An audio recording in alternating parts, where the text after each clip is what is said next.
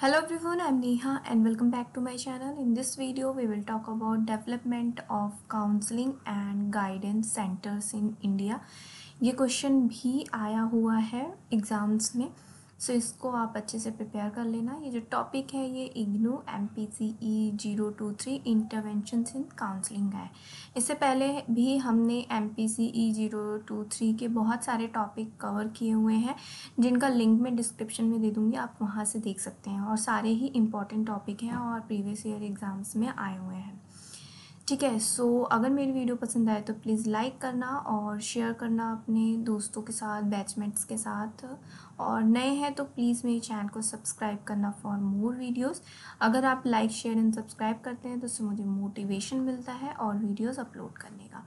So let's begin the topic.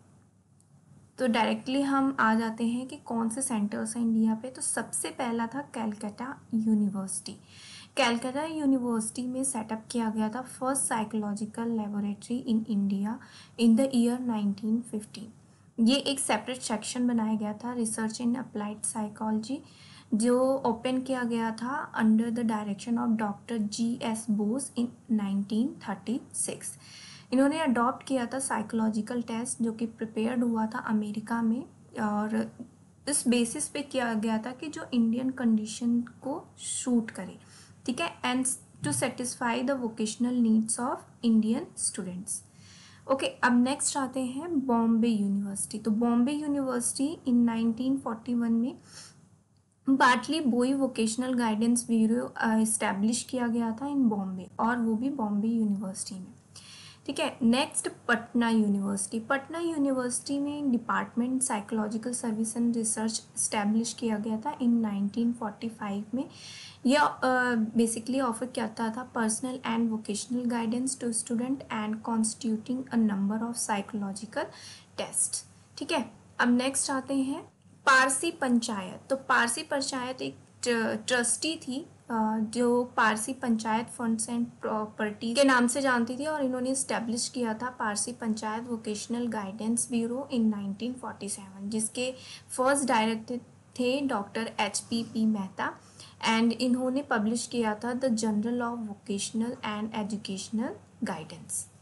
Okay, so अब next आते हैं उत्तर प्रदेश गवर्नमेंट। उत्तर प्रदेश गवर्नमेंट ने इन 1940 में यूपी गवर्नमेंट ने इस्टेब्लिश किया था bureau of psychology at Allahabad में।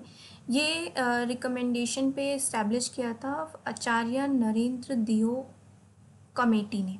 ठीक है, और इनका जो आचार्य नरेंद्र देव थे, इन्हीं के नाम पे ये कमेटी का नाम रखा गया था, क्योंकि ये फर्स्ट चेयरपर्सन थे इस कमेटी के।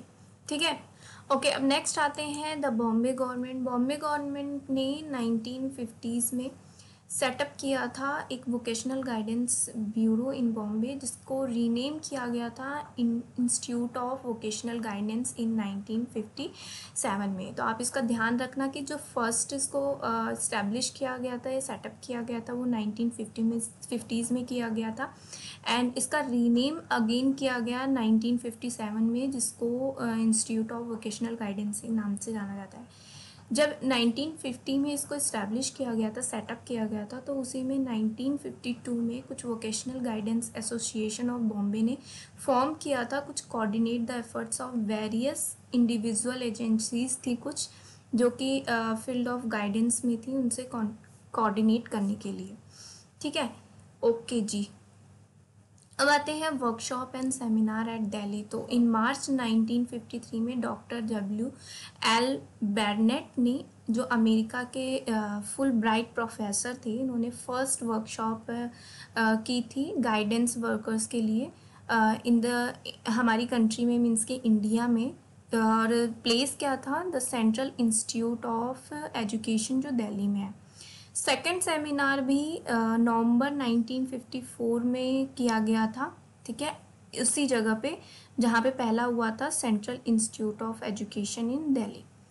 ये डिसाइड किया इन्होंने कि जो भी all India education and vocational guidance है, वो एफिलेट होगी international association for vocational guidance. ठीक है, ओके जी। अब हम नेक्स्ट आते हैं इसके बाद फिर सेकेंडरी एजुकेशन कमीशन आया, जिसको हम मुदालियर कमीशन के नाम से भी जानते हैं। इसको 23 सितंबर 1952 में अपॉइंट किया गया था। और इसको मुदालियर कमीशन इसलिए कहा जाता है कि इसके जो चेयरमैन थे वो डॉक्टर लक्ष्मण मुदालियर थे, उन्हीं के नाम पे भी इसको जाना जाता है। ठीक है, इन्होंने इस कमीशन ने बहुत सारे 7 डिफरेंट स्ट्रीम प्रोवाइड किए थे एट द सेकेंडरी स्टेज, जैसे कि humanities, science, agriculture, commerce, technical, fine arts and home science.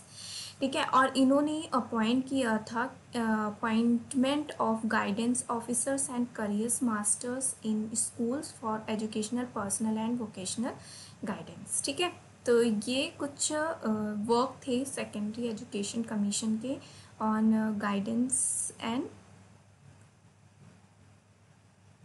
Counselling and guidance पे। अब नेक्स्ट आते हैं central bureau of educational and vocational guidance. तो जो 1954 में हमारी जो मिनिस्ट्री ऑफ एजुकेशन थी, मीन्स की गवर्नमेंट ऑफ इंडिया की जो मिनिस्ट्री ऑफ एजुकेशन थी, उन्होंने सेटअप किया था the central bureau of educational and vocational guidance. इन्होंने 1958 में स्टार्ट किया था 10 मंथ का कोर्स फॉर ट्रेनिंग काउंसलर्स, जो कि in the field of student personal work in the central institute of education Delhi में। ठीक है, जो ट्रेनिंग थी वो सेंट्रल इंस्टीट्यूट ऑफ दिल्ली में ऑर्गेनाइज की गई थी। और अर्लियर जो पार्ट था मिनिस्ट्री ऑफ एजुकेशन का, the bureau has become a part of department of psychological foundation, जो कि नेशनल इंस्टीट्यूट ऑफ एजुकेशन है, जो कि किसके अंडर में आता है, एनसीईआरटी के अंडर में आता है। ठीक है, और ये जब एक्सटेंशन किया गया इस सर्विस डिपार्टमेंट को, तो setup formally enhancing collaboration with schools and teachers was begin in 1957। ठीक है, मीन्स कि जो कोलैबोरेशन या फिर ट्रेनिंग प्रोवाइड कराने लगे इस स्कूल्स एंड टीचर्स को, कौन, एनसीईआरटी।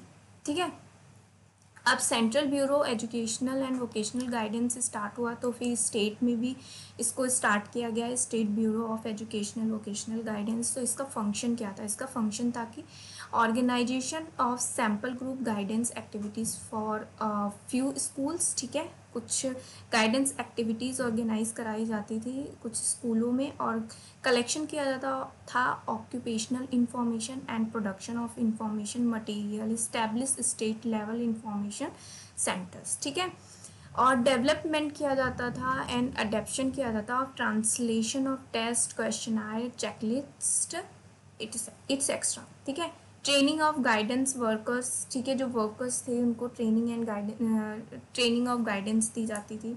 ठीक है, planning, coordination and supervision of guidance service with in the state, consultative and field service provide की जाती थी, रिसर्च प्रोवाइड किया जाता था। ठीक है, organising courses in guidance and counselling, और individual counselling and group guidance भी की जाती थी। ठीक है, organise short term training programmes and orientation programmes भी ऑर्गेनाइज किए जाते थे। Standardisation of psychological test and publication भी किया जाता था। ठीक है, तो ये कुछ फंक्शंस थे state bureau of educational and vocational guidance के।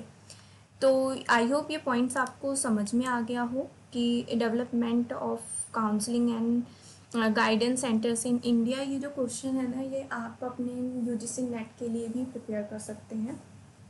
उसमें भी जो फर्स्ट यूनिट है इमरजेंस ऑफ साइकोलॉजी, उसमें ये टॉपिक है। अगर आप चाहें तो इसके थ्रू भी आप अपनी प्रिपरेशन कर सकते हैं।